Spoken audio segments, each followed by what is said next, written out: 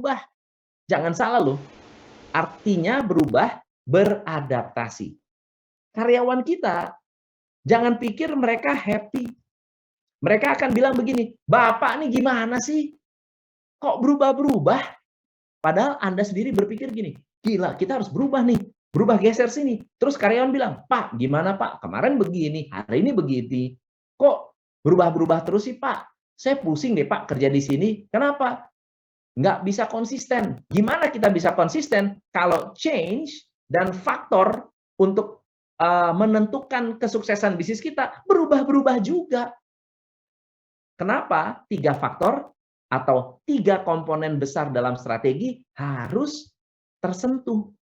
Cara Anda membuat rencana atau melibatkan karyawan dalam membuat rencana, cara Anda mengelola bisnis, dan melibatkan karyawan. Sehingga karyawan itu, engagement karyawan itu sangat-sangat mendukung kita dalam beradaptasi. So far so good nggak? So far so good? So far so good? So good so far, Coach. So good so far ya. Suara aman ya, suara aman ya. So much Oke, good. oke, lanjut. Lalu apa sih yang menjadi kesalahan? Hati-hati dengan kesalahan-kesalahan ini saat Anda membuat rencana. Strategic management mistake terjadi ketika Anda tidak fokus. Mau semua. Saya Instagram mau, ya, Facebook mau, kemampuan nggak ada ya, kemampuan nggak ada. YouTube mau, ini mau, semuanya mau. Wah, luar biasa. Ketika kita nggak fokus, ya, atau gini-gini, kita kena yang namanya shiny object syndrome. Orang bikin karusel. Orang bikin apa, kita bikin juga. Kita nggak ngerti, ini tujuannya apa nih? Strateginya apa? Prioritasnya apa? Nggak ngikut, nggak ngerti, nggak paham. Terlalu banyak maunya. Ya, terlalu banyak maunya. Terus tidak punya bisnis plan. Nah, teman-teman, manajemen bisa lancar kalau punya rencana. Betul ya? Kalau punya bisnis plan. Dalam bisnis plan ada banyak hal yang kompleks di dalam bisnis plan. Saya mengadakan 3 jam planning, ya, 3 jam planning session setiap tahun untuk membantu teman-teman yang ingin membuat mini plan, tapi yang straight to the point. Jadi nggak bertele-tele, straight to the point. Bagaimana caranya saya bisa menentukan planning tahun ini tapi lebih komprehensif? Oke, siapa yang mau belajar? Saya yes. Siapa yang mau belajar cara bikin planning? Saya yes. Oke, siap. Nah, lalu kemudian prioritasnya kejauhan. Prioritasnya enggak, misalnya contohnya gini ya, saya punya prioritas, tapi prioritasnya itu nggak kebayang sama karyawan kita. Karyawan kita nggak ngerti apa prioritas yang kita mau. Kesalahan berikutnya, karyawannya nggak mendukung. Kalaupun karyawan mendukung, manajernya yang nggak ngejalanin. Manajernya yang lupa. Wah, saya lupa ya, kemarin targetnya apa ya? Kemarin tuh prioritasnya apa ya? Itu bahaya tuh. Nah, supplier adalah pendukung manajemen. Supplier harus dilibatkan di dalam strategic planning. Dan yang terakhir adalah terlalu sering berubah haluan. Beda ya antara beradaptasi dengan berubah haluan. Kita adaptasi itu cuma belok dikit-dikit ya. Tapi kalau berubah haluan itu belok kanannya terlalu jauh, belok kirinya terlalu jauh, pivot terus ya. Yang tadinya bisnisnya cake, tiba-tiba kafe, dari kafe jadi baju, dari baju jadi jualan apa namanya cake lagi gitu ya. Itu terlalu banyak atau terlalu sering berubah haluan. Now, 3 circle ini menentukan kesuksesan Anda. Planning saja tidak cukup. Manajemen saja tidak cukup. Engagement saja tidak cukup. Kita butuh plan, manage, engage.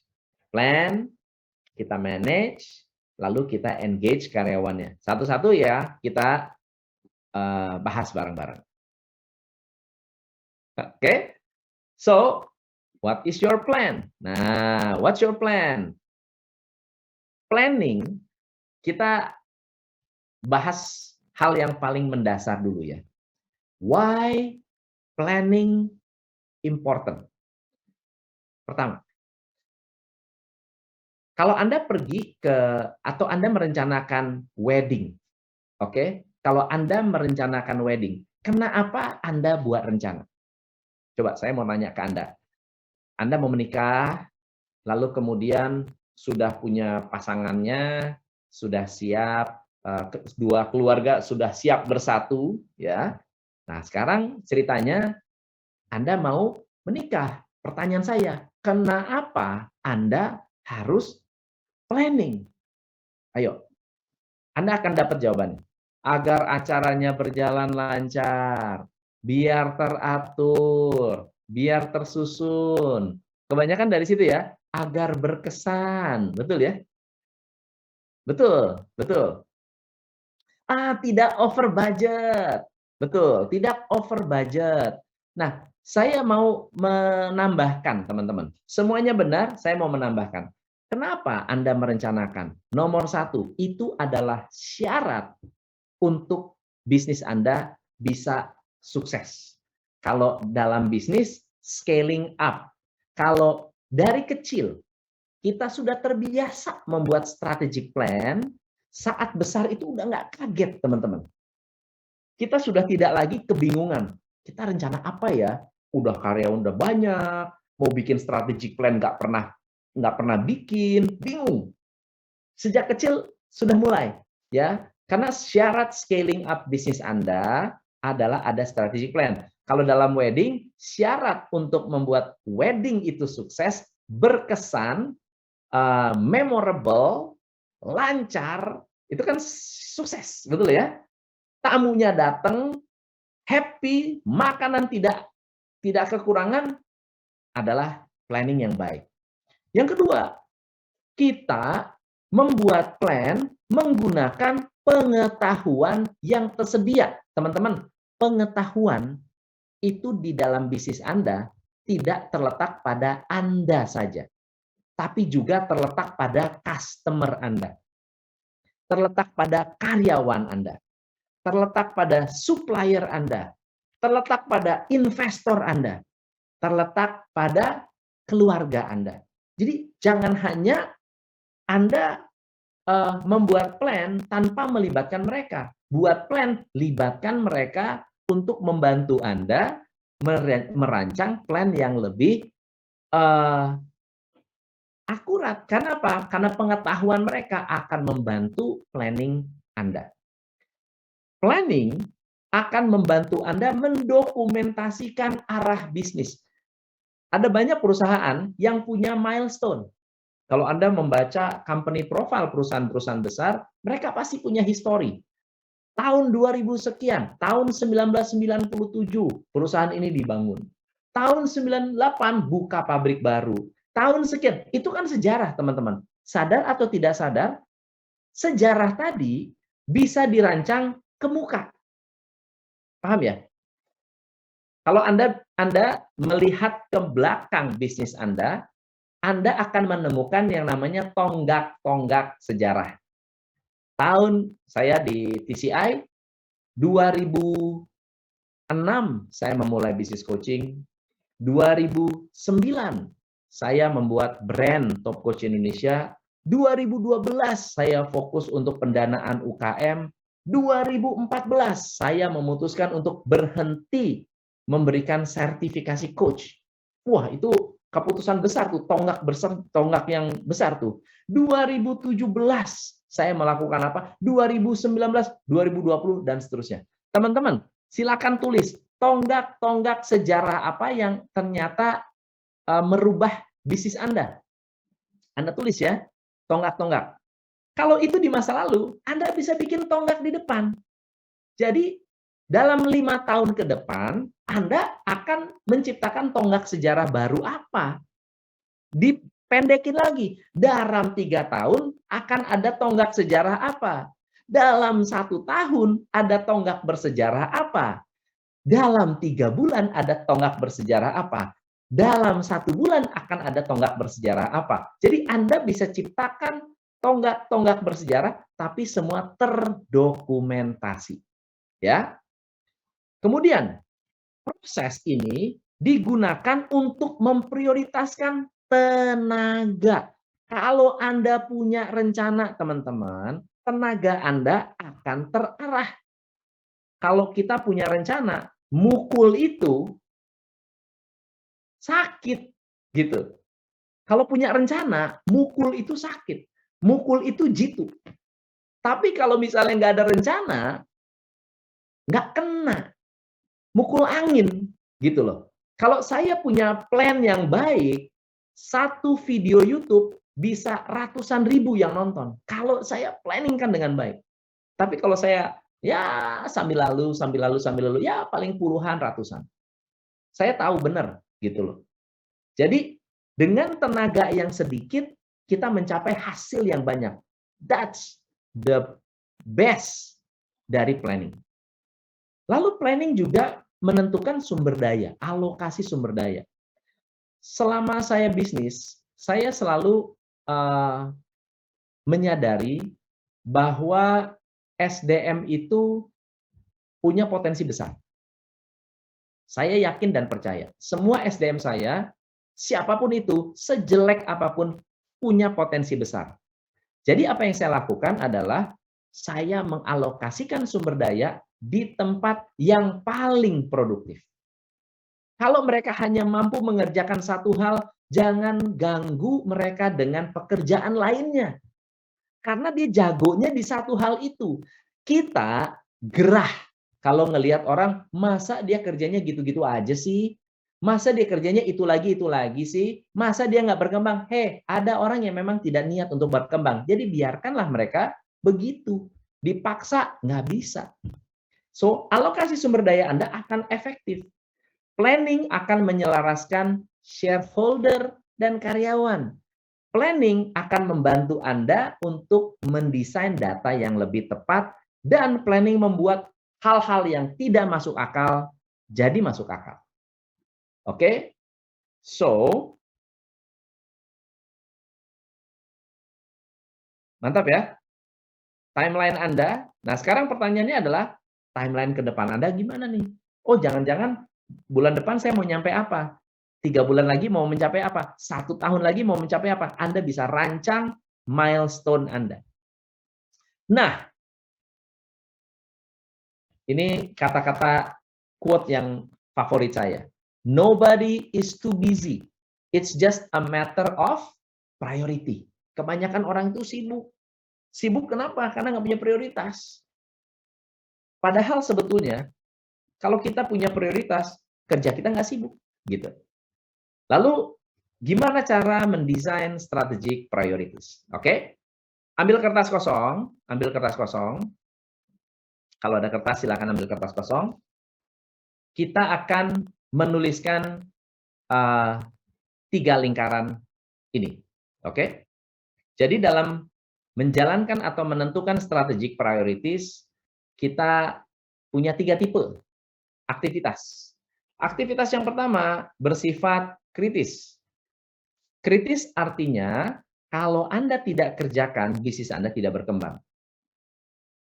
Problemnya adalah sulit untuk mengatakan bahwa perlu nggak saya kerjakan? Atau bisa nggak saya kerjakan? Apalagi kalau Anda nggak punya skill-nya, ya sekarang ini hal yang kritis ya, contoh ya. Hal yang kritis adalah kita harus bisa monetize TikTok. Kritis kan? Harus bisa monetize TikTok. Tapi nggak punya ilmunya. Walaupun kritis, nggak bisa dikerjakan, teman-teman. Walaupun kritis, nggak tahu cara kerjainnya. Oke? Atau contoh lain. Teman-teman, hari ini kalau Anda ingin benar-benar maju dalam 1 tahun, 1 tahunan sampai 2 tahunan ini, saya selalu mengingatkan teman-teman untuk ayo lihat dan pantau streaming. Dunia streaming akan berubah cepat. Saya ingat banget tahun 2020 awal, ya, awal 2020, saya mengatakan bahwa, YouTube sudah bisa streaming, Facebook sudah bisa streaming, Instagram sudah bisa streaming, nanti TikTok loh streaming.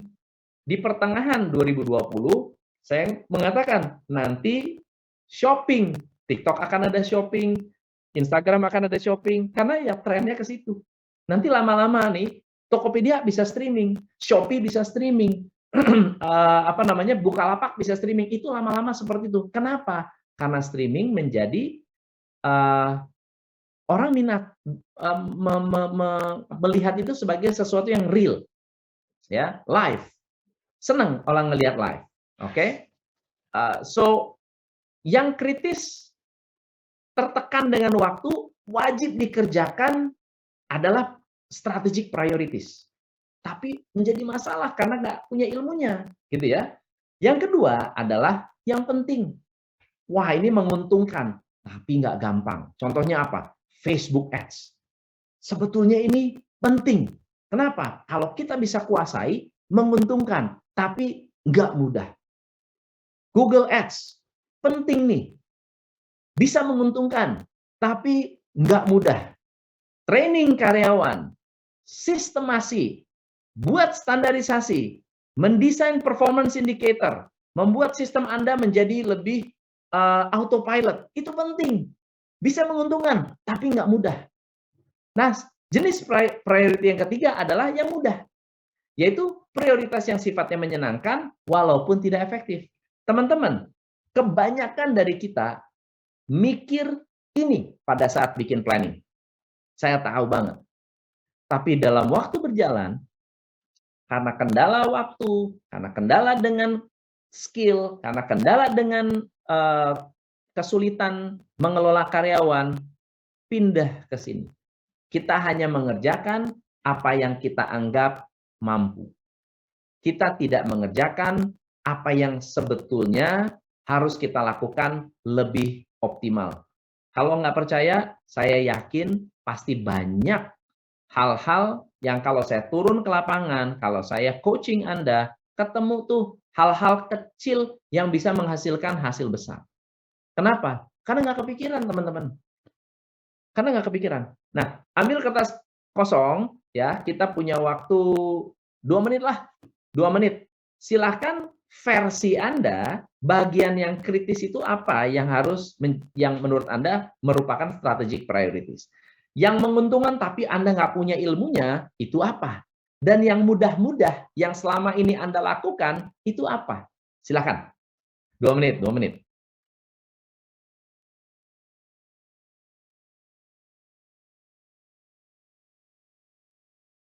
Streaming itu live streaming, teman-teman. Buat Mas Jualdi, streaming itu kayak IG live, ya, atau Facebook live. Ini live streaming.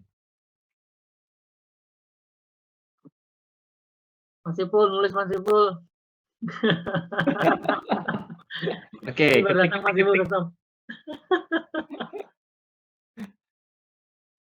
Ya, 3 ya. Ayo silakan ditulis-tulis nih. Kasih waktu nih supaya teman-teman jangan hanya dengerin saya, tapi juga hari ini bawa pulang strategi, at least bawa pulang strategi. Ini baru masuk ke bagian priority ya. Nanti kita akan masuk ke bagian manage-nya. Oke.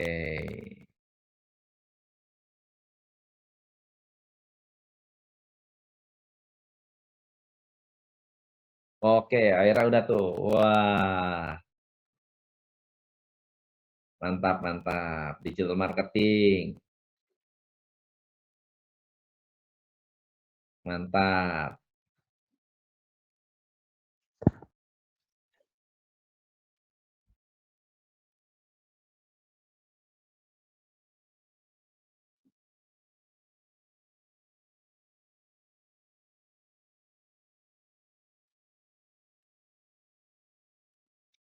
Wah, sip. Mantap, mantap, mantap, mantap. Oke, jadi teman-teman, 3 hal tadi jadikan sebagai panduan. Kalau nanti Anda mengambil suatu keputusan, coba cek. Ini kritis nggak nih? Kritis artinya wajib dikerjakan. Nggak boleh nggak. Dia harus dieksekusi. Nah, kalau misalnya ternyata Anda bilang, oh ini memang kritis nih, wajib dikerjakan. Baru kita nanti masuk ke level yang kedua. Penting, menguntungkan. Walaupun nggak mudah. Apa yang harus kita lakukan untuk bisa jadi kenyataan? Ya, mudah, prioritas ini menyenangkan, tapi ya nggak efektif. Gimana cara Anda bisa benar-benar disiplin untuk tidak melakukan hal-hal yang terkesan mudah tapi nggak efektif? Oke. Nah, contoh strategic priorities, increase web traffic. Kelihatannya simple ya, tapi sangat kritis. Kalau Anda punya website, ya berapa banyak nih Anda meninggalkan prioritas ini? Punya website, tapi nggak keurus. Punya website, tapi nggak update. Teman-teman, buat apa punya website kalau nggak update? Ini justru merupakan strategic priority yang harusnya Anda jalankan atau Anda pikirkan, gitu ya. Number of publications, ya, jumlah. Ini ingat ya, coba Anda perhatikan ya. Increase web traffic, nomor 1. Ini adalah prioritas. Yang kedua, terukur. Anda perhatikan ya. 1, sifatnya prioritas. Yang kedua, bisa diukur. So, yang pertama tadi web traffic. Yang kedua, jumlah publikasi yang terbit. Publikasi itu begini, publisitas. Orang menulis tentang Anda. Wartawan membahas tentang produk Anda. Ada yang mengendorse, ada yang memberikan testimoni. Pernahkah Anda ukur? Kalau belum, ini adalah prioritas, teman-teman. Coba Anda bayangkan, kalau jumlah orang yang membeli produk Anda 100, yang memberikan testimoni 100. Berapa powerful 100 orang ini ketika menceritakan hal positif tentang bisnis Anda. So, that's priority, teman-teman. Backlink kalau di SEO. Number of backlink. Nah, backlink ini kan ada 2 ya. Ada backlink yang datang dari sumber yang berkualitas ya, atau yang otoritasnya tinggi. Ada backlink yang abal-abal, kan gitu ya. Nah, kita harus berpikir begini, gimana ya caranya supaya kompas.com itu meliput atau memberikan backlink buat saya, ya, menyebut, mention website saya.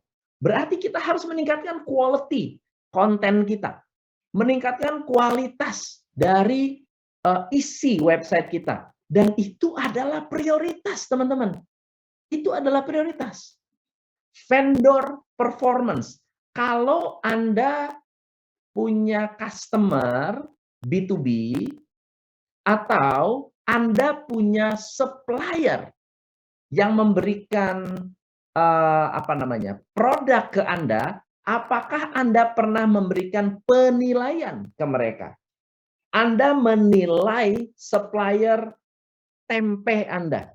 Anda menilai supplier besi Anda. Anda menilai supplier tepung Anda. Teman-teman, kalau Anda mulai berpikir dan menilai vendor performance, kualitas Anda, kecepatan Anda, cost Anda akan membaik. Akan membaik. Contoh lagi. Restrukturisasi organisasi. Saya mau nanya, berapa sering Anda mengubah atau menyesuaikan struktur organisasi untuk menyesuaikan diri dengan pasar, dengan kondisi? Jarang, teman-teman. Lebih banyak yang struktur organisasi itu kalau nggak ada, ya cuma gambar. Itu pun nggak update. Teman-teman, restrukturisasi organisasi hari ini bisa jadi menjadi strategic priority Anda. Implementasi software. Hari ini ada 2 investasi besar yang harus Anda lakukan. Nggak boleh hilang nih. 2 investasi besar. teknologi dan manusia. People and technology. Dua ini harus bersamaan, ya. Berikutnya adalah akuisisi. Akuisisi itu bisa kita bertumbuh karena partnership. Hari ini saya ini bertumbuh, grow through partnership dengan Evapora. Coba bayangkan, Evapora. Saya nggak pernah loh webinar jumlahnya di atas 500, nggak pernah. Kalau mengandalkan kekuatan saya cuma 500, teman-teman. Bareng Evapora 1.800, 1.900, hari ini udah 1.900 yang hari ini hadir. So jadi well done, tepuk tangan buat Evapora. Oke, strategi prioritas lain, meningkatkan value dari project dan meningkatkan pertumbuhan bisnis atau mengelola pengembangan bisnis Anda. Value of project, Anda punya project dengan PLN, Anda punya project dengan percetakan Anda, ya, project dengan perusahaan-perusahaan, value projectnya digedein, itu bisa menjadi strategi priority. Satu, kritis, betul ya? Kritis, penting, walaupun tidak mudah. Oke. So far so good? So far so good? Siapa yang dapat sesuatu? Siapa yang dapat sesuatu hari ini? Saya yes? Saya. Kita lanjut ya, lanjut dikit lagi ya. Nah, teman-teman, tadi kita sudah masuk ke plan-nya. Jadi plan itu bagian dari, ayo, kita mau ngapain? Kita menajamkan apa? Sekarang kita turunkan menjadi gimana cara ngelolanya? Gimana cara managing? Teman-teman, manajemen itu ada apa ya? Ada historinya. Dan ternyata manajemen hari ini dengan manajemen di tahun 2022 itu harus berubah loh, teman-teman. Manajemen di zaman dulu metodenya atau suksesnya karena curigaan. Karyawan dicurigai. Kerja nggak nih? Dicurigai, ya. Manajer dicurigai, pakai duit nggak? Ya. Masuk kerja dicurigai, nggak masuk kerja dicurigai. Sakit dicurigai, cuti dicurigai. Jadi curiga itu menjadi sesuatu yang terjadi di banyak manajemen, teman-teman. Manajemen mementingkan profit. Yang penting profit, nggak apa-apa kita potong gaji, yang penting profit. Nggak apa-apa kita kurangi kualitas, yang penting profit. Nggak apa-apa kita kita bohongin customer, yang penting profit. Teman-teman, ini adalah gaya manajemen lama.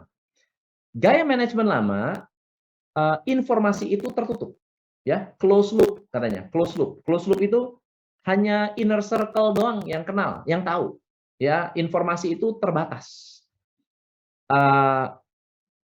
Kalau ada masalah, pakai lawyer, ya, lawsuit.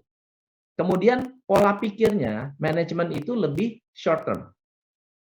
Kalau nggak pakai, pecat aja. Kalau nggak pakai, keluarin aja, short term. Dan old management style, mereka membatasi. Si A dibatasi, si B dibatasi, kreativitas dibatasi, konflik dibatasi, semua serba dibatasi. Sementara the new era of management, teman-teman, ini ada satu modul yang tahun ini baru, namanya the new era of management, yang saya buat berkelanjutan, ya, karena berkelanjutan dengan planning. Ini saya memang plan atau saya buat untuk perusahaan-perusahaan yang established, perusahaan-perusahaan yang relatif sudah mantap, tetapi masih mengadopsi gaya lama.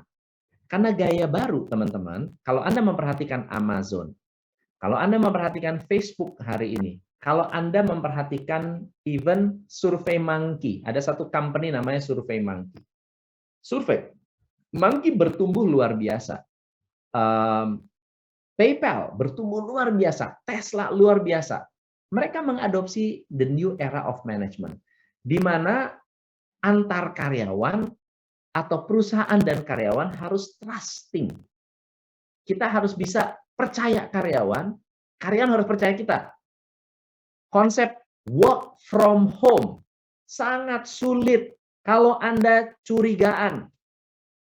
Work from home sudah pasti, sudah yakin pasti anak buah Anda mengerjakan pekerjaan rumah. Kita aja ikut ngerjain kerjaan rumah. Saya aja belum webinar hari ini, lari-larian sama anak saya. Betul nggak ya? Pagi-pagi saya bikin sarapan buat anak-anak.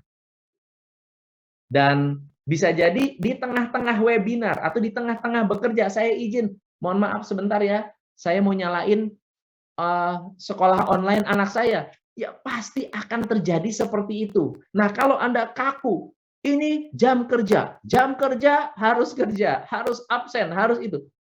Kalau enggak, kamu berarti tidak masuk alpha. Nggak bisa. Harus bisa mempercayai karyawan kita. Karyawan juga harus percaya atasannya. Harus percaya manajemen melakukan yang terbaik untuk Anda. Fairness, bukan profit. Fairness hari ini. Mampukah manajemen kita merancang sesuatu yang bersifat fair, terbuka? By the way, teman-teman, this is a winning strategy. Ini adalah winning strategy. Tidak membatasi Anda untuk gagal gitu. Ini winning. Karena ketika karyawan melihat Anda orang yang fair, customer melihat Anda orangnya cengli, ya, fair, customer akan happy, bantu Anda. Transparansi juga salah satu yang sulit banget diadopsi oleh banyak orang. Saya transparan, buka-bukaan, bahkan keuangan pun terbuka. Ya, karyawan tahu omset kita berapa, karyawan tahu laba kita berapa. So what? Ya, kenapa? Buat saya itu adalah hal yang penting karena I trust you. Saya percaya karyawan saya, tim saya akan memberikan yang terbaik ketika mereka lebih punya ownership. Kalau di zaman dulu, dikit-dikit ada masalah langsung kita lewat hukum, sekarang nggak bisa, harus koordinasi ketat. Supaya nggak terjadi lawsuit. Kita berpikir long term. Kita tidak membatasi, malah kita melakukan going extra mile. So, teman-teman, winning strategi Anda bergantung dari kemampuan manajemen merancang atau mendesain old system menjadi new system. Nah, apakah old system harus dipertahankan? Saya nggak bisa ngomong. Karena kan saya nggak tahu Anda masuk kategori industri yang berubah-berubah atau enggak. Saya nggak tahu. Apakah Anda saat ini memiliki strategic priorities-nya apa? Saya nggak tahu. Ya, industri Anda seperti apa. Tetapi nggak pernah salah. Nggak akan pernah salah kalau karyawan Anda percaya Anda. Nggak salah kalau karyawan Anda merasa Anda itu adil. Nggak salah kalau karyawan merasa Anda transparan. Nggak salah kalau karyawan merasa dekat koordinasinya dengan Anda. Nggak salah kalau karyawan berpikir jangka panjang untuk bekerja dengan Anda. Dan tidak akan salah kalau misalnya secara manajemen Anda mendesain satu sistem yang mendukung karyawan go extra mile. Melakukan inisiatif-inisiatif baru. Teman-teman. Oke? So, terakhir adalah engage. Engage ini sifatnya kompleks. Karena apa?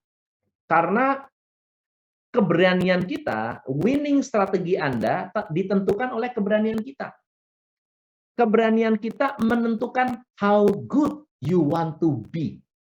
Bukan how good you are. Ya, ini bahasa Indonesia gini. Keberanian Anda mau jadi yang kayak apa sih? Misalnya gini, mau sebesar apa sih? Berani nggak sih Anda naik 10 kali lipat tahun ini? Itu kan perlu keberanian, teman-teman. Berani nggak sih Anda iklan Facebook 100 juta per bulan? Betul nggak ya? Bukan how good you are. Bukan. Tapi how good you want to be. Anda maunya sehebat apa? Oke? Keberanian menentukan kehebatan strategi Anda. Yang kedua, winning strategy menuntut 3 pertumbuhan kompetensi. Kompetensi karyawan, kompetensi Anda, dan kompetensi bisnis Anda. Jadi growing your team, karyawan Anda punya kemampuan, kompetensi yang ditingkatkan dengan training, dengan evolusi, kedewasaan, ya, emosi. Growing yourself, Anda sebagai business owner juga harus berkembang dong, ya. Jangan hanya kita membuat tim kita berkembang, tapi kita ketinggalan. Bisnis Anda juga harus diupdate, sistemnya, operationalnya, performance-nya, performance indicator-nya, semuanya harus di-upgrade, ya. Dan yang terakhir adalah winning strategy jika Anda bisa melibatkan kebaikan untuk semua orang. Ini by the way tidak berlaku untuk 2021, 2020. Ini berlaku untuk 2022. Harus bisa baik, etis, ya, ethical untuk shareholders, untuk customer, untuk supplier, untuk perusahaan harus ethical, good for all. Tidak melanggar hukum, tidak ngemplang pajak, tidak ngemplang utang bank. Jangan, teman-teman. Itu adalah bagian dari winning strategy. So, winning cycle kita untuk menentukan strategi yang lebih jitu, langkah pertama, pilih tujuan. Anda harus punya yang namanya keinginan untuk menang. Itu penting tuh. Harus punya keinginan untuk menang. Tujuannya apa? Kenapa saya harus menang? Itu yang pertama. Yang kedua, pilih arena bermain. Karena jangan sampai kita bermain di arena atau di area yang sebetulnya kita nggak kuat. Pilihlah arena bermain di mana arena itu, arena pertarungannya itu mendukung Anda. Oke? Yang ketiga, pilih musuh. Jangan cari musuh yang susah dikalahkan. Atau kalau Anda punya musuh yang susah dikalahkan, carilah teman yang bisa mengalahkan musuh itu. Ya kan? Pilih kompetitor kita. Terakhir, pilih senjata. Bisa jadi kita punya senjata yang lemah. Jadi untuk bisa memperkuat gimana? Ya senjatanya pilih.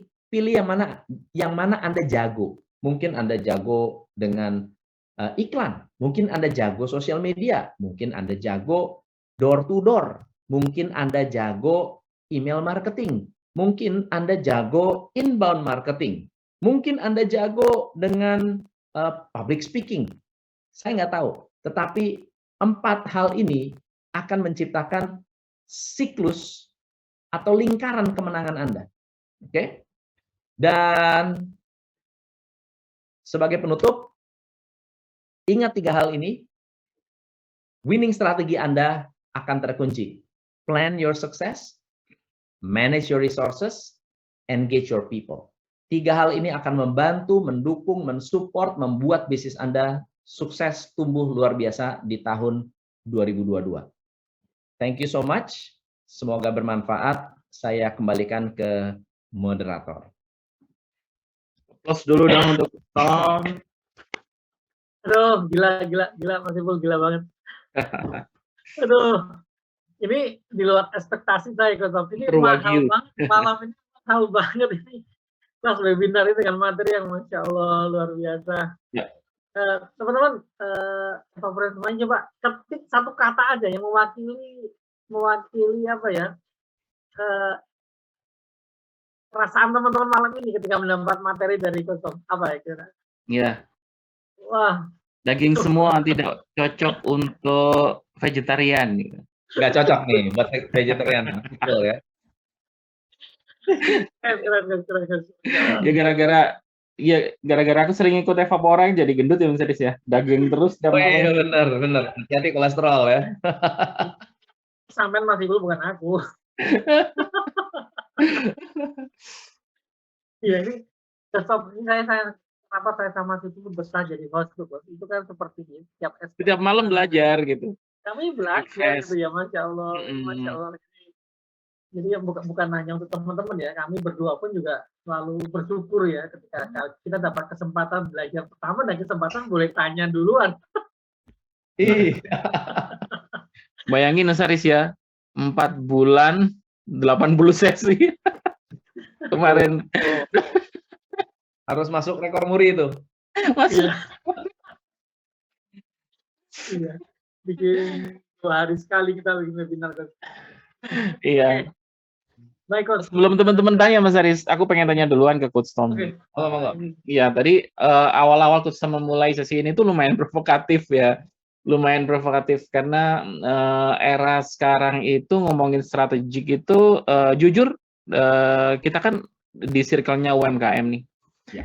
Itu masih sesuatu yang tabu, Coach. Ya, sesuatu yang tabu. Apalagi ngomongin ini strategi sekarang kan apalagi populer dengan jargon-jargon seperti ATM gitu ya, amati tiru modifikasi seperti itu. Jadi tadi disampaikan sama Coach Tom, misal kita punya satu strategi, itu harus dilakukan internalisasi strategi tersebut. Jadi semua yang ada di dalam itu harus paham kita ini mau kemana. Nah sekarang yang ingin saya tanyakan gini guys, apakah itu berlaku total untuk semua entitas yang ada di perusahaan, semua yang ada di perusahaan, cuman bahasanya nanti ada diterjemahkan gitu untuk misalnya high level, terus level menengah, level bawah itu nanti diterjemahkan, atau memang strategi itu sudah ke bawah itu level taktikal, level maksudnya yang sudah tinggal jalanin aja, atau semua memang dari big picture-nya dapat gitu, terus di bawahnya baru dijelasin detailnya. Itu gambarnya seperti apa, Coach? Oke, pertanyaannya bagus banget. Kalau kita berbicara tentang UKM itu kan enak ya, ada leadernya, lalu kemudian dengan tim itu dekat karena bisa ketemu, mudah untuk ketemu. Tapi banyak sekali leader juga yang tidak mau mengkomunikasikan strategi, atau bahkan tidak punya tidak punya gambaran. Ini kira-kira strategi saya harus ngapain nih? Prioritas saya harus melakukan apa? Nah, kalau di korporasi sebetulnya justru lebih intensif lagi, karena mereka bukan hanya mereka hanya mampu melakukan hal yang detail kalau tahu big picture-nya. Jadi big picture-nya ini harus dapat dulu. Bahkan kalau di perusahaan besar tuh setiap tahun dikasih tema. Ya, tema tahun ini apa nih? Misalnya tahun ini temanya adalah kompetensi. Ya, tahun lalu temanya adalah bertumbuh. Tema tahun berikutnya adalah berubah. Itu sebetulnya prioritis. Jadi semua harus sadar bahwa kita sedang berubah. Yel-yelnya berubah, pick-upping, bahkan greeting teleponnya berubah. Itu menunjukkan bahwa setiap level diteteskan tuh strateginya. Gitu, Mas Ipul. Ya. Aku gantian nih Mas Ipul, gantian tanya. Silakan Mas Aris, silakan. Ya, kalau tadi excited banget Mas nyimak dari awal ya tadi sama Coach Tom. Cuman ini betul-betul membongkar mindset. Saya termasuk orang yang ini ya, kalau bahas operasional tuh kadang males gitu ya, bahas strategi itu kadang males karena apa ya, paling kaku gitu. Tapi Coach Tom tadi telah membuat sebuah dobrakan mindset kita bahwa itu cara lama gitu ya, cara baru yang agile, cara baru yang tadi ya yang era manajemen baru tadi ya, dengan poin-poin tadi, dengan kepercayaan, terus kemudian melibatkan bawah dan sebagainya. Nah, terus yang saya tanyakan, sejauh mana business owner itu melibatkan employee-nya, ya, timnya, untuk kemudian bisa punya mimpi bersama gitu kan. Jadi ini semacam kayak punya mimpi bersama gitu ya, nggak cuman kamu mengerjakan part-part enggak, tapi semua orang yang ada di perusahaan ini tahu nih arah perusahaan ini kemana, bagaimana perusahaan ini berjalan dan sebagainya. Nah itu bangunnya itu gimana Gus sama tim yang mungkin biasanya kayak kurang komunikatif dan seterusnya gitu. Ini bagaimana Gus caranya? Nah ini satu hal yang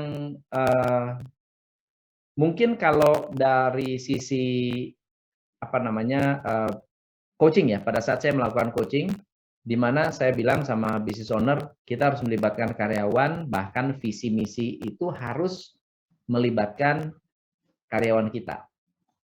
Terus banyak banget ketakutan. Ketakutan pertama adalah emang mereka nyampe, itu yang pertama.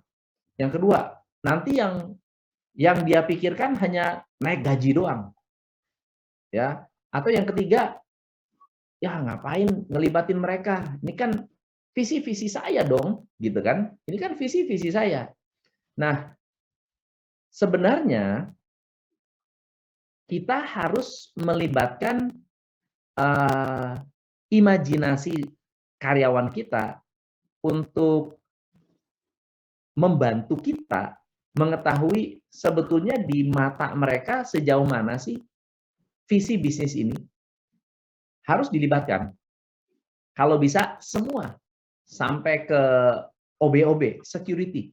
Ada satu BPR di Manado yang melakukan alignment. Jadi saat coaching engagement pertama itu kita lakukan alignment. Seluruh karyawannya kita kumpul di Kota Mobagu. Ada lebih hampir 300 orang. Itu dari seluruh level BOD sampai satpam. 2 hari 1 malam. Kita buat imajinasi, buat blueprint bareng-bareng, rame-rame. Itu setelah 1 hari itu suasana kerja berubah. Kenapa? Karena satpam itu nyambut tamu sudah lagi nggak mikir gua satpam. Kita mau bikin bisnis jadi gede nih. Saya mau sambut customer saya supaya customer saya benar-benar terlayani dengan baik. Saya ini bagian dari yang akan membuat perusahaan gede. Wah, itu penting banget untuk bisa melibatkan semua karyawan kita memikirkan masa depan bisnis kita. Wow, keren Gus. Big why-nya aja level paling bawah dapat gitu ya. Benar. Big why-nya level paling bawah dapat. Aku jadi teringat ini Mas Ibu yang si Jeff Bezos waktu ngomong dia pengen jadi perusahaan ini ya yang customer centric di muka bumi terbesar gitu ya. Itu berarti semua timnya paham semua itu ya Mas Ibu. Paham banget. Paham. Kita aja yang bukan karyawannya paham. Paham, iya. Iya, tapi yang menarik dari Jeff Bezos itu dia ngomong itu mulai zaman Amazon masih gurem banget ya, masih kecil banget. Gitu. Masih ada rambut.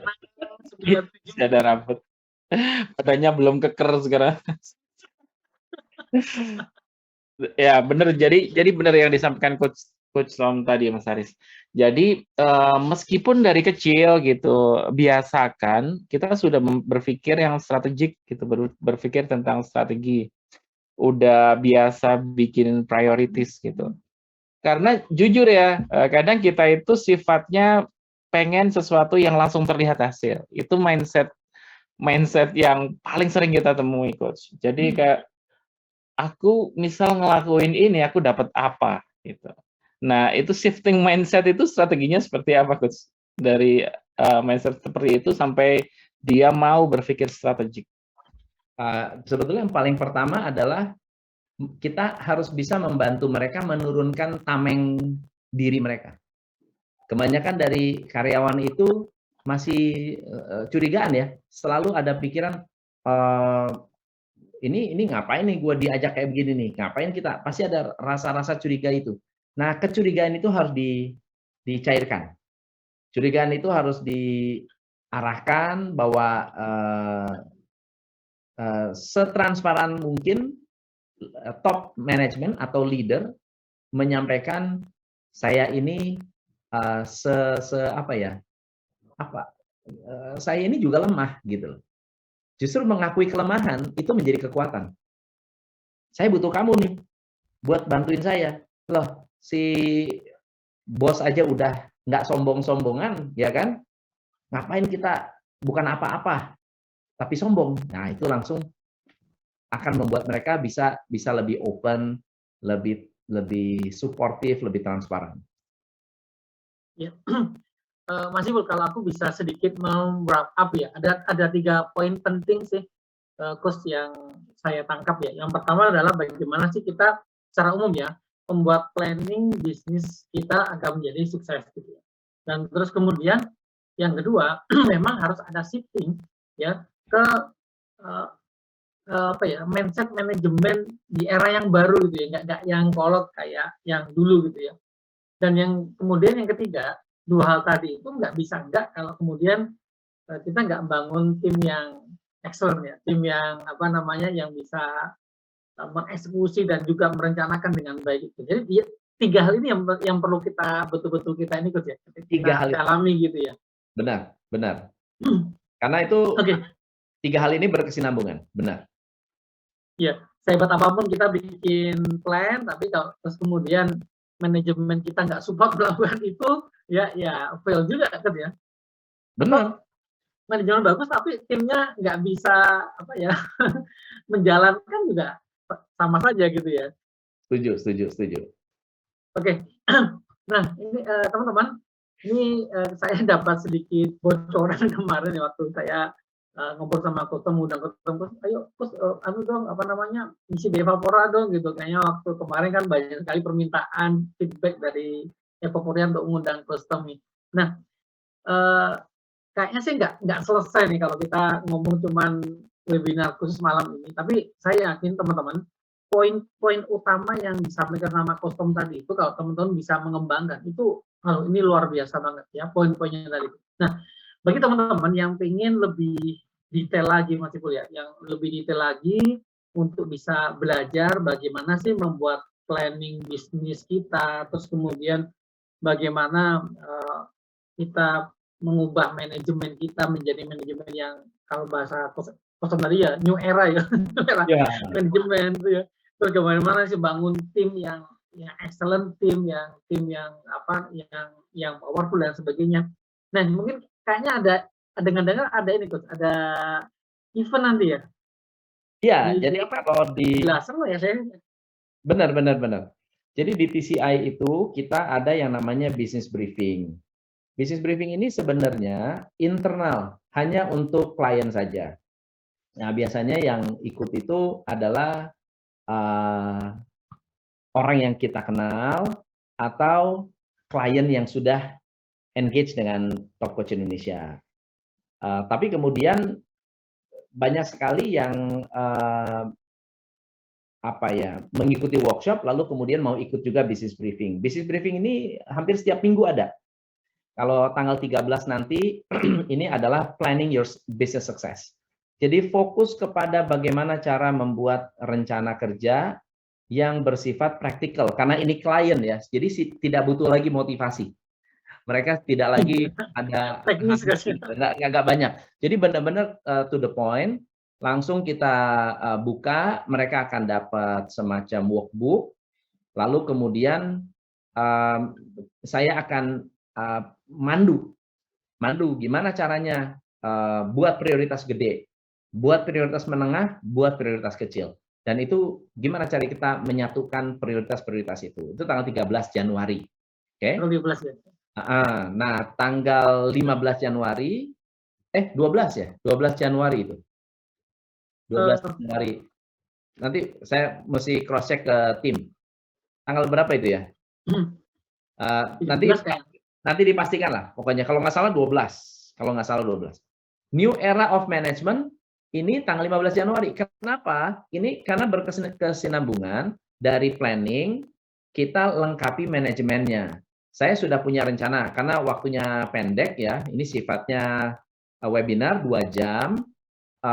Dilanjutkan lagi sesi berikutnya, yaitu the new era of management.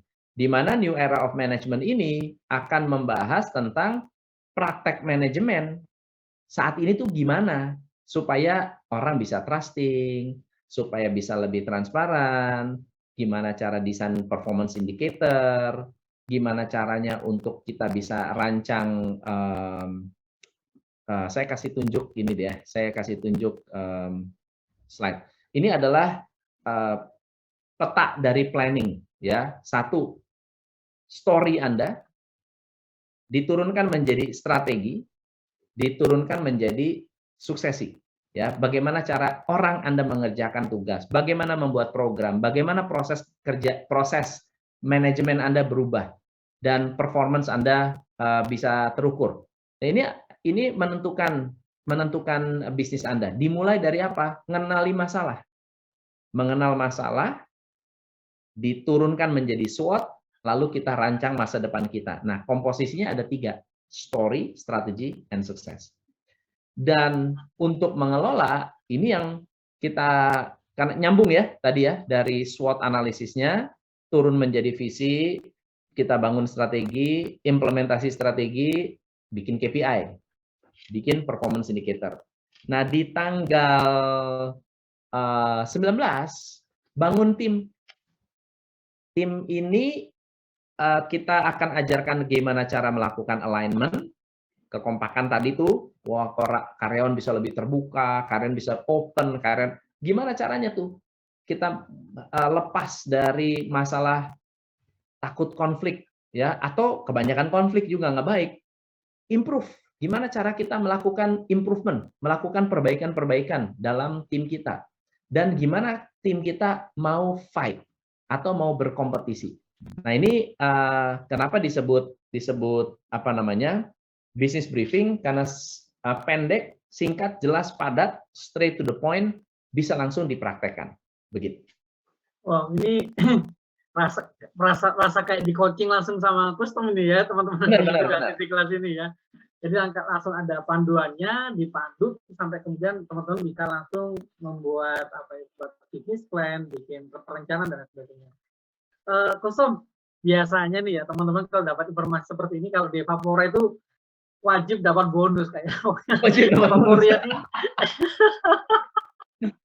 Evaporian ini pokoknya kalau ada informasi kalau seperti ini harus ada sesuatu yang berbeda, yang spesial, yang nggak diberikan custom untuk yang lain gitu. Mungkin custom bisa memberikan informasi tentang investasinya untuk kelas nanti. Ini pas kebetulan banget karena waktunya sudah dekat.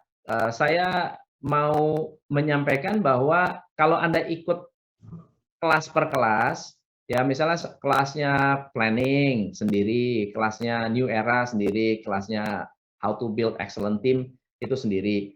Ini harga per kelas itu 1.250.000, tapi untuk klien 350.000. Jadi kalau Anda satu-satu ya silakan 3. Tapi kalau mau daftar 3-3-nya, harganya hanya 748.000. Jadi Anda sudah dapat 3, langsung apa namanya, bonus, langsung dapat bonus, harganya jauh lebih murah. Nah, tapi saya melihat nih, teman-teman di Evapora ini tidak hanya perlu melibatkan dirinya sebagai leader.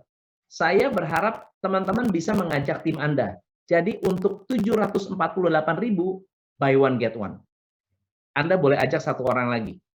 Ini benar-benar hanya buat Evapora. Gitu. Buat yang daftar, register, dan lunas 1 kali 24 jam, silahkan Anda daftar. Kayaknya ada linknya. Anda ambil yang paket ya teman-teman. Karena kalau yang satuan harganya mengikuti harga lama. Lalu kemudian Anda boleh ajak tim, ya 1 orang karyawan. Jadi buy one get one. Anda bisa libatkan untuk bisa benar-benar mengeksekusi, membantu Anda menjadi pemikir di bisnis Anda. Kalau bisa ajak lebih banyak orang lebih bagus. Gitu. Ya. Buy one Jadi get one. 750.000 ini 3 webinar ya, 3 workshop tadi ya. 3 workshop. Kalau Anda 3 ikuti workshop. 3 workshop sekaligus, harganya 748, buy one get one. Wow. Worth it banget nih Mas Ipul. Paket daging Wagyu super hemat. Wagyu super hemat. Ya. Teman-teman bisa langsung daftar ya, daftar di link. Saya juga kayaknya harus lebih ikut teman. Aku juga pengen ikut. Iya. Ini luar biasa banget ya. Maksudnya teman-teman gini, kalau bukan cuma teori gitu loh maksud saya, teman-teman ya. Pengantarnya aja kayak gini ya, aja levelnya kayak gini ya. Apalagi kemudian nanti teman-teman dipandu langsung dapat toolsnya, terus kemudian langsung langsung bikin strateginya, planningnya dan sebagainya. Yes. So teman-teman, ini ada beberapa yang tanya nih, durasinya gimana? 2 jam. 2 jam workshop, 2 jam. Nanti akan dapat handout, lalu kemudian Anda juga nanti akan mendapatkan saya pasti akan memandu teman-teman untuk langsung to the point. Jadi kita start jam 7 malam, selesai jam 9. Gitu ya. Karena ini bukan webinar. Jadi isinya seperti itu. Kadang-kadang bisa lebih, tergantung dari, karena ada yang di Indonesia Timur tuh kasihan banget tuh jam 11, jam 12 mereka. Jadi kita ada tanya jawab. Jadi akan ada tanya jawab juga. Biasanya tanya jawab itu kalau saya pada saat sesi Anda tanya langsung saya jawab. Dan di akhir sesi kalau masih ada yang Anda kurang mengerti, bisa open mic. Oke. Pokoknya kalau Evaporian itu harus mendapatkan sesuatu yang berbeda, Gus. Ya. Nah, buat Anda yang 24 jam tuh sampai besok ya, bisa daftar sampai besok, payment sampai besok silahkan. Yang penting masukin nama dulu, daftar dulu, jadi bisa di-record oleh tim Evapora.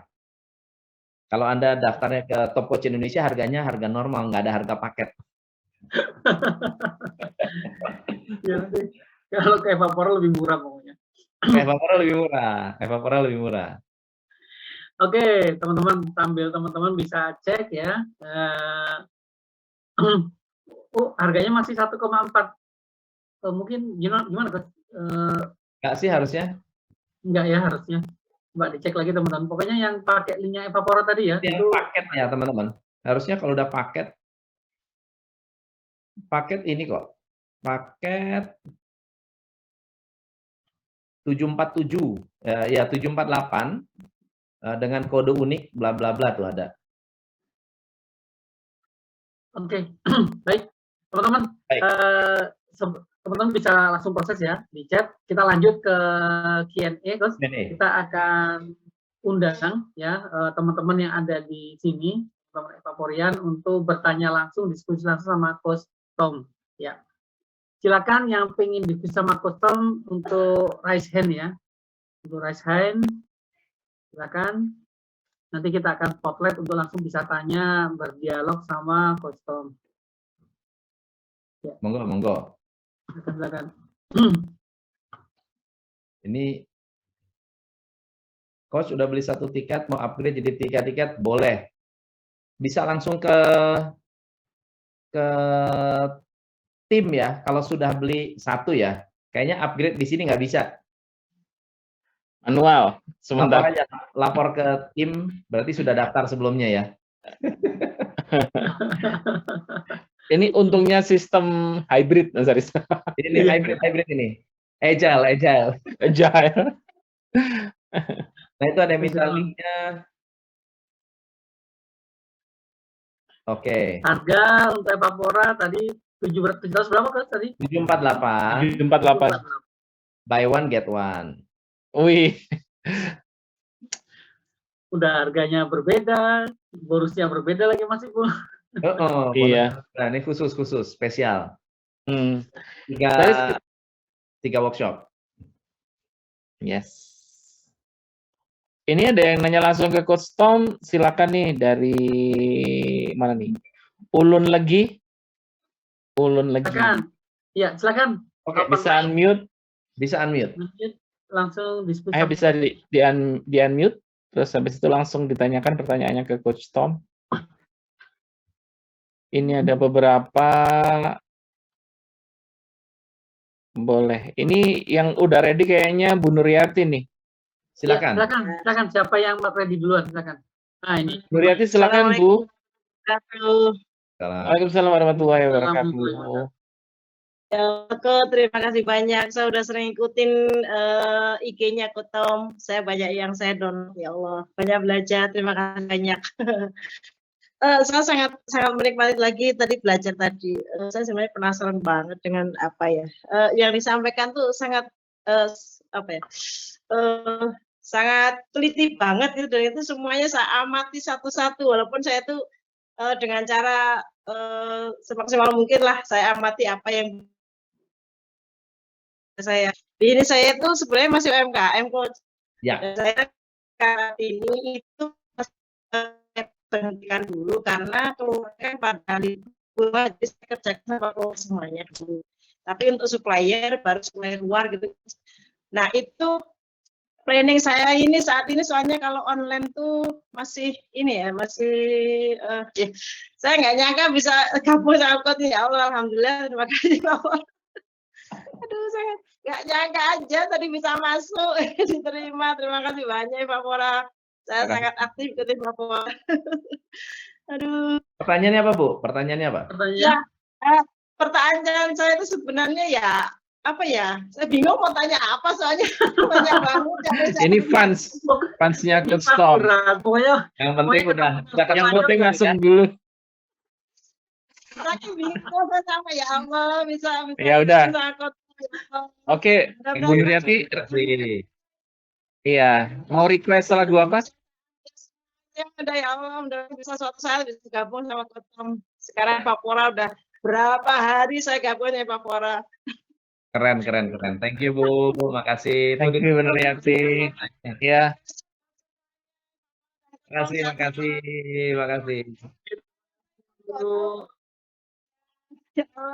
Kira-kira bisnis itu gimana ya Coach? Saya kan mau rencana mau buat booth gitu loh Coach, karena kan bisnis saya kan wedang rempah rempah itu loh Coach. Saya bikin booth yang saya mau buka mungkin 1 gerai, 2 gerai, dan berikutnya itu kira-kira gimana ya menurut Coach? Itu aja deh, apa saja masukannya Coach, pokoknya saya mau. Oke. Baik.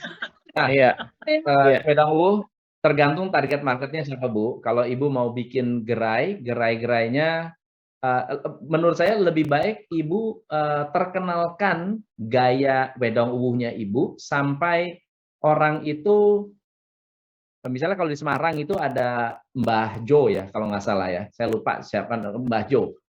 Jadi orang-orang di luar kota tuh datang ke situ. Bahkan mereka sampai penasaran banget karena diliput oleh banyak media tradisional gitu ya, karena terkenal dan tradisional dipertahankan. Padahal sebetulnya sudah mulai banyak yang menjual dalam paket ya, wedang uwuh dalam paket, jadi bisa diseduh di rumah. Nah, ketika Ibu sudah terkenal, membuka cabang itu menjadi lebih mantap. Sebelum terkenal, sebelum buka cabang, pastikan Ibu benar-benar terkenal uniqueness-nya. Keunikannya apa nih, Ibu Nuryati? Keunikannya apa? Kalau keunikannya, tradisionalnya itu sudah dikenal, minimal orang suka karena pelayanannya, karena orang itu suka rasanya, karena harganya terjangkau. Membuka cabang itu menjadi pendongkrak yang bagus. Begitu, Bu. Ya, selama ini online Coach saya. Belum offline. Jadi selama ini online semuanya. Ya, kalau online saya rasa kalau Ibu sudah online lalu buka offline, malah bikin orang yang kenal online lalu kemudian masuk ke offline tambah kangen, Bu. Keren. Siap. Makasih banyak Coach. Thank you, Bu. Makasih Bu. Terima kasih banyak. semoga bermanfaat buat saya. Amin, amin. Terima kasih. Amin, ya Iya. Allah. Terima kasih. Nggak request lagu sama salam-salam, Bu? Salah. Tapi Next. Pak Siful tadi ini kata kuncinya betul loh. Banyak orang yang belum betul-betul unik, terus belum betul-betul usaha brandingnya bagus, Ya. itu memaksakan Tahu-tahu diri buka untuk cabang. buka cabang. Gitu ya. Apalagi kalau Iya. niatnya cuman apa untuk franchise gitu, main di franchise, nggak mikir nanti ke depan kayak gimana gitu ya. Yang penting closing. Iya. Ya. Benar. Ya, Yeah. ya, saya masih mikir-mikir itu, Coach. Oke. Ya, Ya, terima kasih Bu Nur. Assalamualaikum. Waalaikumsalam. Assalamualaikum warahmatullahi wabarakatuh. Iya. Tadi ada Pak Akbiat. Beliau udah hilang dulu. Yang di sini ada Pak Atur. Pak Arthur. Loh, Pak Atur Ya, hilang monggo juga. silakan. Oh iya, Pak Atur silakan, Pak. Terima kasih, Coach. Perkenalkan, saya Boy Mata Atur dari Bekasi, Coach. Saya ini UMKM untuk fabrikasi aksesoris kendaraan bermotor, khususnya roda 2. Jadi saya ingin bertanya mengenai perbedaan dari strategik, taktik, dan operasional, Coach. Itu yang pertama. Nah, kemudian kedua adalah bagaimana contoh spesifiknya dalam bisnis. Kurang lebih seperti itu, Coach. Terima kasih, Coach. Bagus. Pertanyaannya bagus. Jadi kalau dari segi strategi biasanya hanya satu. Kalau satu strategi biasa satu. Tadi ada prioritas tuh ya. Kita mau ekspansi itu masuk kategori strategis. Tapi kalau sudah mulai taktik biasanya ada kotak-kotaknya. Aspeknya bisa ke keuangan, ke customer, marketing, ke bisnis proses, atau ke resources atau sumber daya. Nah, yang disebut strategis biasanya yang sifatnya global, kayak misalnya meningkatkan profit itu strategis tuh sifatnya, atau membuka cabang itu sangat-sangat strategis. Nah, didukung tuh, yang strategis harus didukung oleh komponen-komponen struktur organisasi, keuangannya, operasionalnya, R&D-nya, dan seterusnya. Ya, itu yang disebut tactical. Itu yang disebut tactical. Nah, biasanya kalau tactical harus lebih detail dalam hal pengukuran. Kalau strategis bisa global, bisa umum. Dia bisa sifatnya kesannya awang-awang, ya. Tapi begitu sudah masuk ke taktik, sudah harus bisa diukur. Begitu.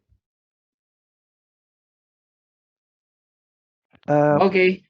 Sorry, Coach. Boleh dicontoh spesifiknya nggak, Coach? Misalnya saya ini kan fabrikasi untuk aksesoris kendaraan bermotor ya. Misalnya saya punya strategi harga yang murah misalnya ya. Nah, berarti taktiknya adalah bagaimana mempromo produk saya ini misalnya untuk produk-produk tertentu, misalnya kasih diskon dan seterusnya. Seperti itu kah, Coach? Nah, kan tadi maunya adalah menjual dengan harga murah. Dia harus didukung tuh keuangan, gimana cara mendukung harga murah. Jadi taktik keuangan adalah mencari supplier yang bisa mendapatkan harga yang lebih murah. Bagian purchasing-nya. Operational, gimana caranya menghilangkan pemborosan supaya cost produksinya menjadi lebih kecil. Atau orang marketing justru bukan dengan cara diskon, tapi menciptakan economic of scale. Yang tadinya biaya operasional kita 1 miliar dibagi ke dalam 1000 produk, sekarang Anda menjual 1 juta produk. Jadi biaya per produknya menjadi sangat kecil. Jadi harga produknya menjadi lebih murah. Ini yang saya lakukan dengan salah satu perusahaan skincare ya. Awalnya jualan dengan harga tinggi karena mampunya memproduksi kecil. Kalau produksi kecil berarti kan cost itu harus ditanggung oleh jumlah barang yang sedikit. Nah, sekarang gimana caranya untuk bisa lebih murah? Harus produksi yang banyak. Ribuan, puluhan ribu. Akhirnya cost produksinya menjadi sangat-sangat rendah. Dan itu yang disebut taktik. Gitu. Thank you ya, Coach ya. Sangat insightful.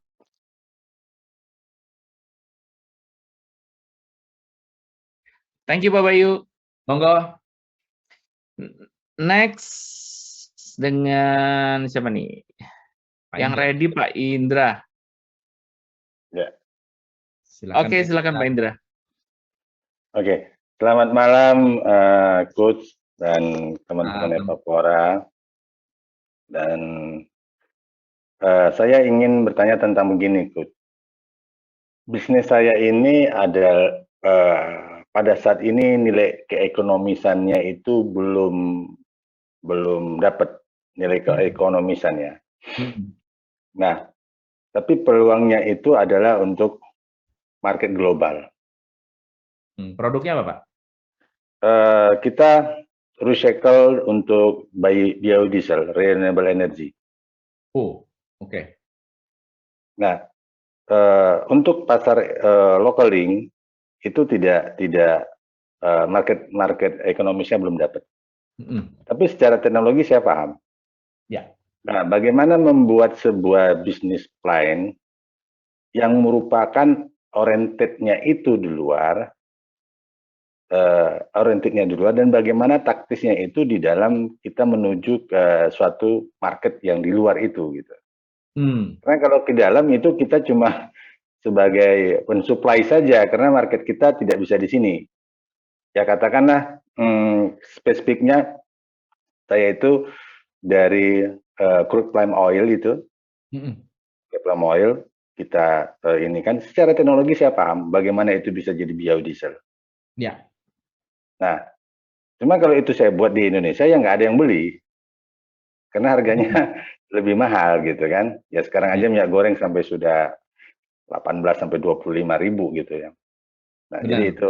Nah, tapi saya yakin karena energi itu akan tahun ke tahun itu akan terjadi posisinya, itu akan nilai keekonomisan dapat. Nah, pertanyaan saya itu bagaimana saya membuat desain suatu strategi itu, lainnya itu untuk men-setnya marketnya di luar, karena marketnya bukan di dalam gitu.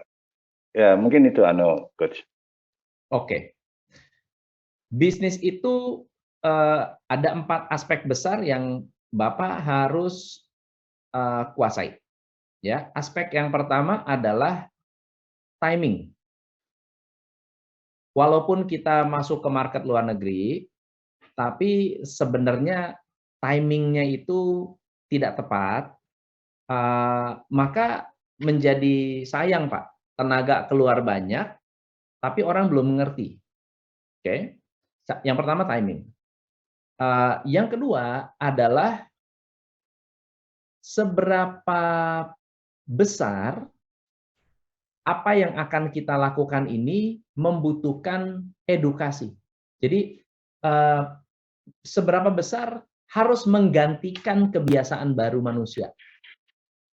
Apalagi kalau misalnya sekarang saya sudah terbiasa beli bensin, harus pakai listrik. Itu kan mengganti kebiasaan. Jangankan jauh-jauh, Bapak pakai Android mau pindah ke iPhone, itu mikirnya berpuluh-puluh kali. Kenapa? Karena mengubah kebiasaan. Harus belajar, harus keluar uang lebih banyak. Jadi bukan hanya tidak laku, tetapi kalaupun laku, kalaupun murah, harus mengubah kebiasaan jauh enggak? Itu aspek kedua yang Bapak harus pikirkan. Aspek yang ketiga, Pak, adalah siapa yang akan mengendorse produk ini. Kalau produk ini di-endorse oleh kita yang bukan siapa-siapa, saya punya om, bisa bikin mobil bahan bakarnya air. Ya, hidro, saya paham itu. Ada Pak ya? Jadi ada.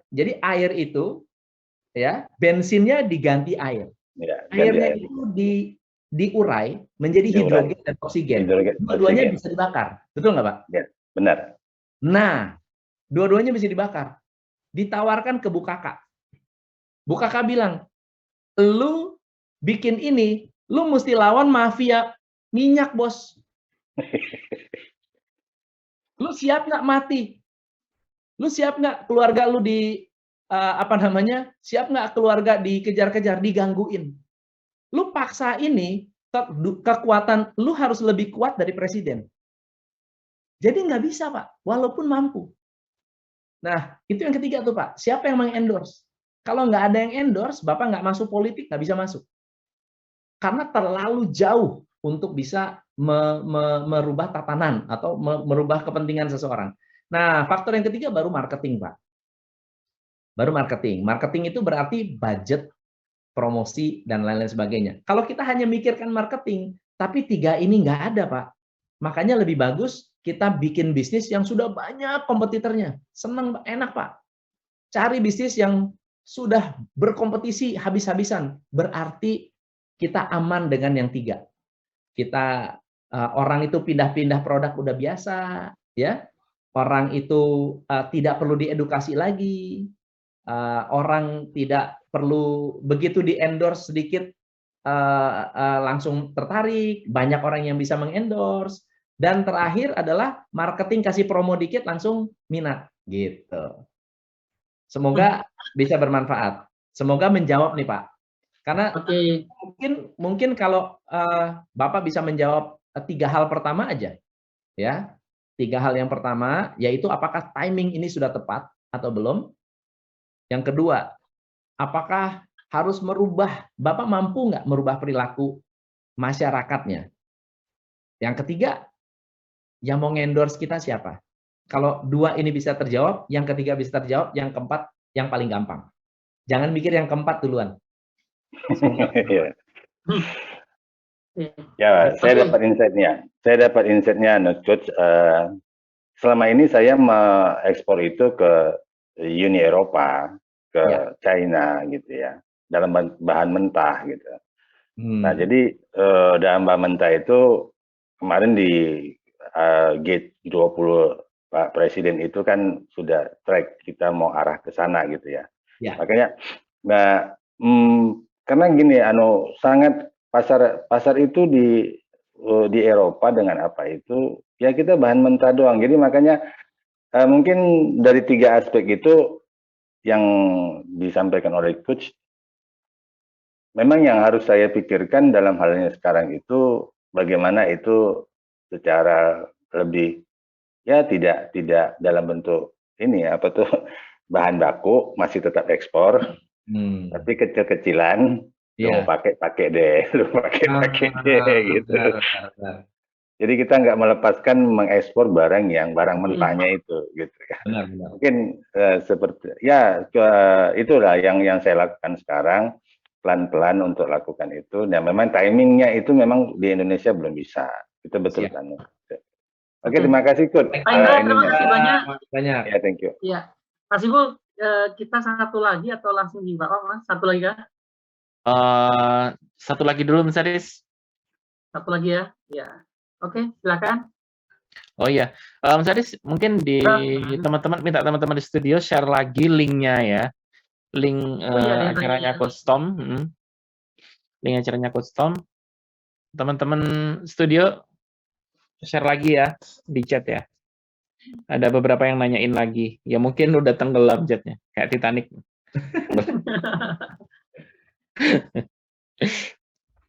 Oke. Ini udah ada yang angkat tangan dari tadi, nanti pegel kalau nggak kita layanin dari. Ada Dokter Biri, silakan Dok. Terima kasih, Mas Ibul, Mas Arif. Yes, silakan. Tom yang luar biasa. Siap. Sering lihat ininya apa namanya YouTube-nya ya, kita sering. Oh iya, siap. Makasih. Ini good Tom, jadi saya langsung aja. Saya ya profesi saya gerak di rumah sakit. Ya.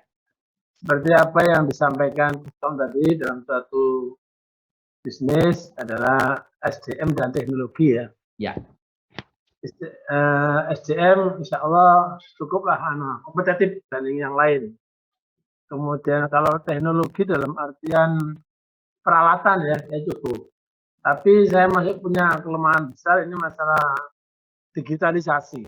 Digitalisasi artinya untuk apa ya, jaringan internal supaya kemudahan itu masih Secara umum aja, jadi saya agak risau dengan akhir-akhir ini kan pertumbuhan rumah sakit kan semakin banyak. Ya, Jadi kompetitor semakin banyak dan mungkin dari sisi kapitalnya juga lebih besar, lebih hebat-hebat. Ya, ini saya langsung aja ingin beri masukan bagaimana supaya tetap eksis atau kita bisa lebih dari yang lain. Kita aja, Kang. Terima kasih. benar. Baik. Jadi gini, Pak. Memang kalau kita berbicara rumah sakit itu tidak seperti perusahaan biasa atau tidak seperti perusahaan konvensional ya Pak ya. Ketentuannya, bahkan struktur organisasi pun nggak boleh sembarang-sembarangan. Itu sudah ada ketentuannya. Kalau saya berpikir kreatif ya Pak ya, ingin membuat rumah sakit Bapak lebih berbeda, mungkin kalau kita bersaing dengan fasilitas, ya kita bersaing dengan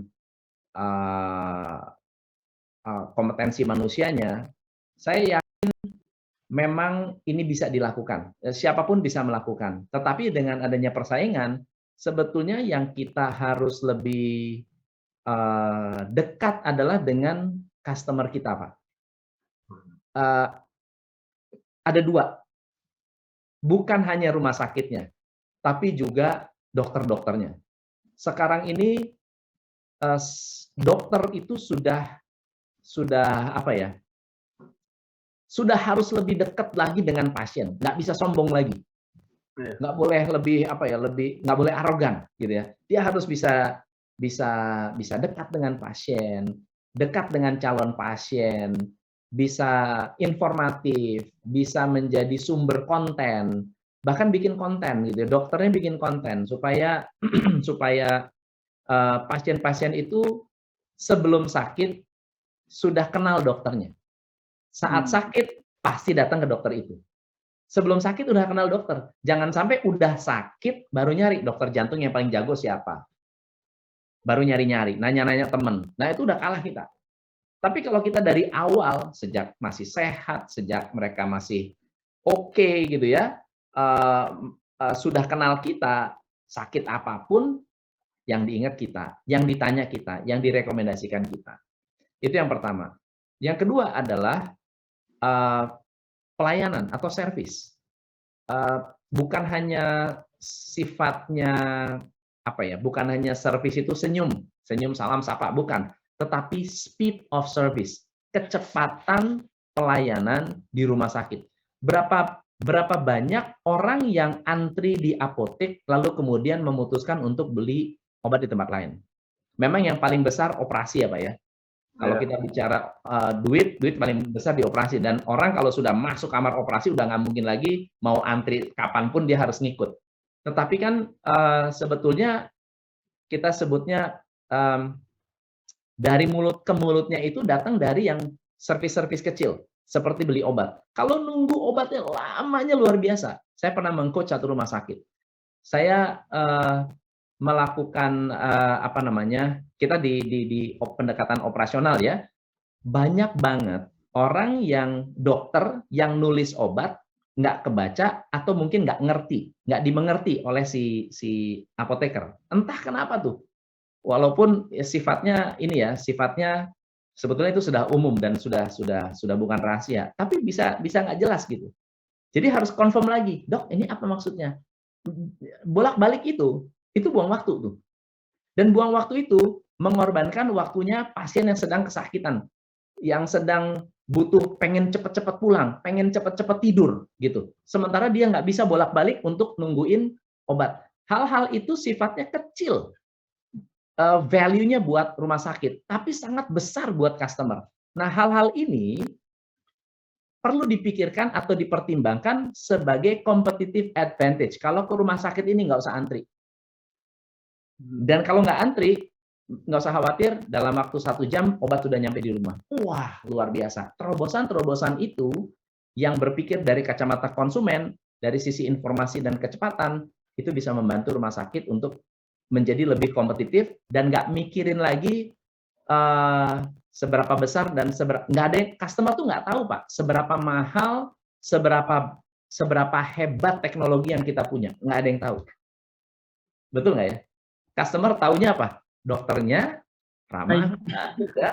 Dokternya itu informatif nggak? Sabar nggak? Edukatif nggak?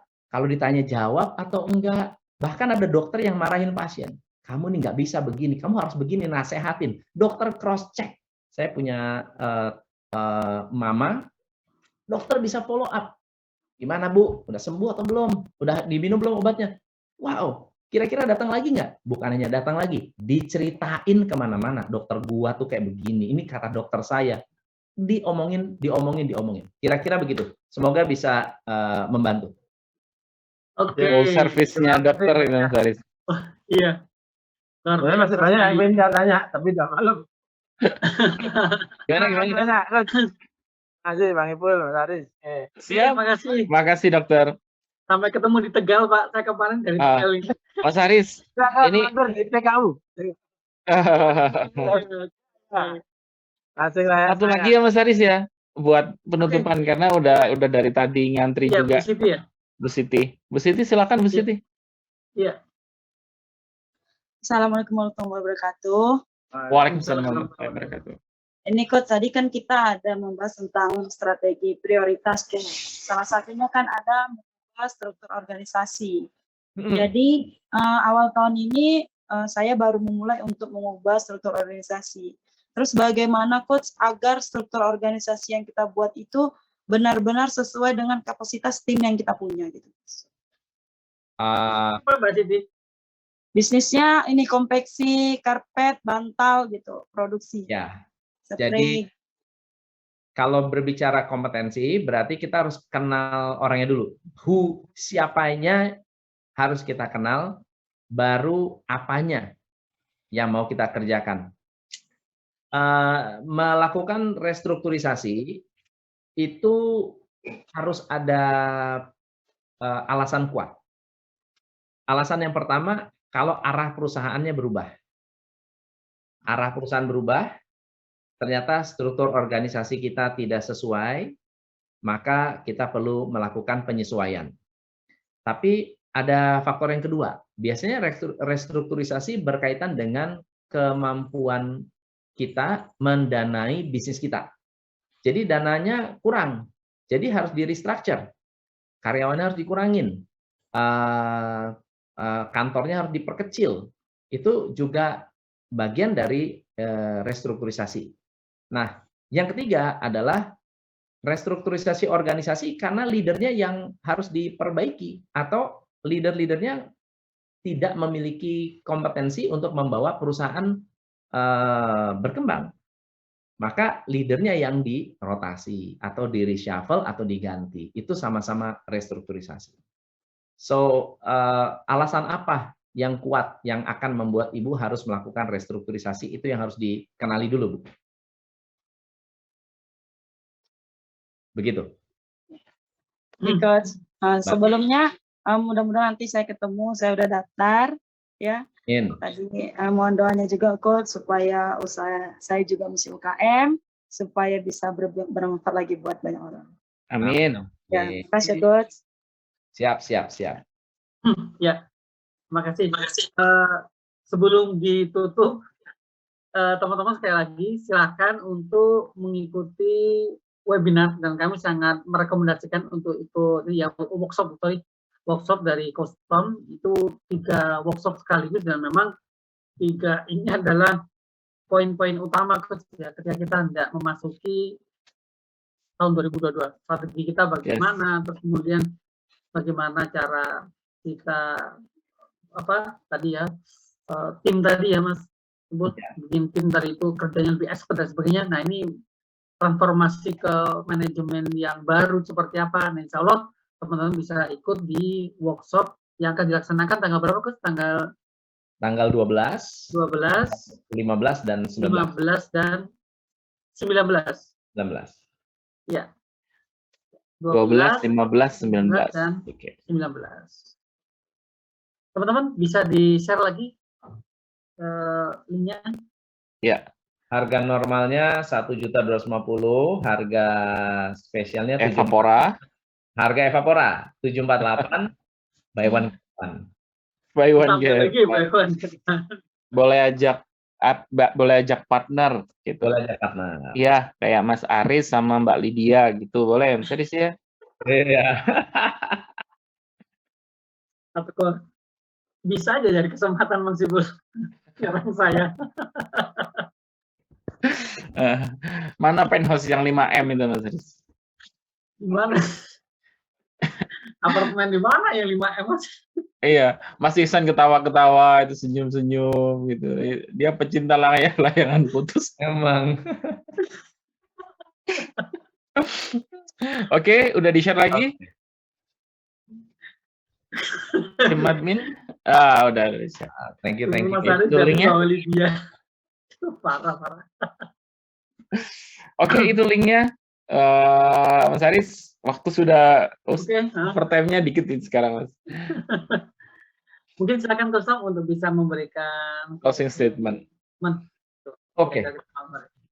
Teman-teman, dalam membangun bisnis ini kita memang harus lebih kreatif, tapi juga mau berpikiran terbuka untuk berkembang. 3 hal yang membuat teman-teman bisa berkembang, yaitu membuat rencana yang memang tepat sasaran atau tepat waktu.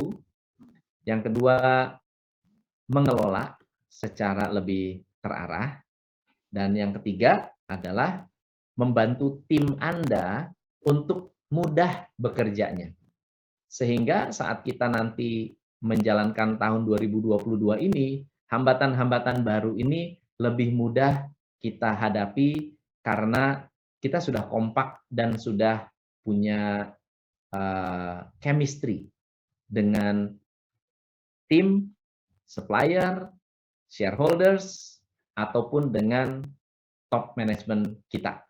Semoga sesi hari ini bisa memberikan manfaat. Semoga next time kita bisa ketemu lagi. Thank you so much. Salam pencerahan. Aplaus dulu yang meriah buat Coach Tom. Baik, Mas Ipul, ini nggak perlu kita war up lagi, Mas. Nanti malah nggak simak lagi nih. Nanti malah kita mengacaukan pesannya Coach Tom nanti. Thank you Mas Ipul, thank you Coach Aris, thank you Mas Ihsan yang sudah terima kasih banyak bisa hadir lagi. Nanti berharap lagi kami undang lagi untuk bisa berbagi lagi dengan teman-teman di Evapora. Selalu siap. Ya. Baik, teman-teman Evapora semuanya. Ya mungkin itu ya sesi perdana kita di tahun 2022 Mas Ipul. Di tahun 2022 dibuka dengan sebuah standar yang sangat tinggi sama Kustom. Mudah-mudahan nanti kita bisa terus memberikan sajian-sajian, mendatangkan para expert untuk teman-teman semuanya di Evapora. Oke, mungkin itu aja teman-teman. Kita jumpa lagi. Kapan Mas Ipul? Kapan ya? Lupa Mas. Yang penting pokoknya sering ya. Sering aja lah kita nggak tahu jadwalnya kapan. Yang penting sering. Iya nih. Iya, itu kebiasaan yang dipertahankan Evapora Gus. Dadakan. Pokoknya tiba-tiba ada aja gitu ya. Iya. Harus ready. Oke, Mas Ipul, kita tutup ya sesi kali ini ya. Seperti biasa teman-teman ya, kita berdoa ya. Bismillahirrahmanirrahim. Kita tutup dengan doa majelis. Assalamualaikum warahmatullahi wabarakatuh. Waalaikumsalam warahmatullahi wabarakatuh. Makasih Kustom. Makasih Coach Tom, makasih Mas Aris, thank you, makasih Mas Ihsan, makasih teman-teman di studio.